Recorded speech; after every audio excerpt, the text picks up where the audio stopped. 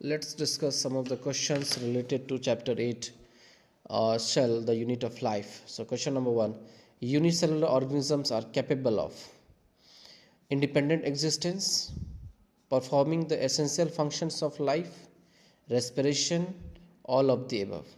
जो unicellular organisms होते हैं, जो एक सेल्स के बने हो, सिर्फ एक ही सेल्स के बने होते हैं, वो क्या क्या कर सकते हैं? क्या वो इंडिपेंडेंट एग्जिस्ट कर सकते हैं? क्या वो perform the essential functions of the life, सारे लाइफ के एसेंशियल फंक्शंस को परफॉर्म कर पाएंगे? क्या वो रेस्पिरेशन करते हैं? या फिर इनमें से सभी तीनों सही हैं, all of the above?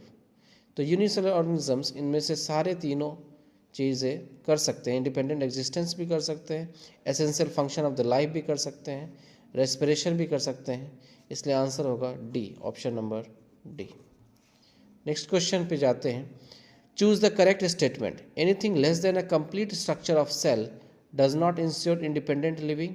Anything more than a complete structure of cell does not ensure independent living. Anything less than a incomplete structure of cells does not ensure independent living. या लास्ट ऑप्शन कहता है anything less than a complete structure of cell ensure independent living. तो यहाँ पर एक sales के बारे में बात किया जा रहा है कि सेल कब एक इंडिपेंडेंट लिविंग की तरह काम करता है। तो यहाँ पे देख सकते हैं कि anything less than a complete structure of cell does not ensure independent living. तो ये करेक्ट ऑप्शन हो जाएगा, ये option number A. Third question कहता है who first saw and described live cells. जीवित कोशिका को सबसे पहले किसने देखा और इसको डिस्क्राइब पहले किसने किया? ऑप्शंस है Robert Hooke, Robert Brown, Anton von Leeuwenhoek या लीनियस। इसका आंसर क्या होगा?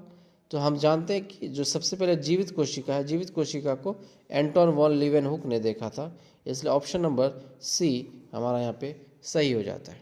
Question number 4, who formulated the cell theory. ये सेल थ्योरी किसने दिया था? Schleiden and Schwann, Robert Virchow, Robert Hooke या रॉबर्ट ब्राउन। तो हम सभी जानते हैं सेल थ्योरी देने वाला एक वैज्ञानिक सिल्डिन जो बॉटनिस्ट था और स्वान जो जूलॉजिस्ट था, दोनों ने मिलकर सेल थ्योरी को दिया था। So option number A will be correct. Last question, omnis cellula e cellula was given by. ये लैटिन वर्ड किसने दिया था? Robert Brown, Robert Virchow, Rudolf Virchow या रुडोल्फ ब्राउन। तो हम लोग जानते हैं कि omni cellula e cellula cell theory का ही एक एक्सटेंडेड पार्ट है जिसे रुडोल्फ विर्चो ने दिया था। इसका मतलब होता है कि the pre existing cell gives rise to the new cell. तो ये रहा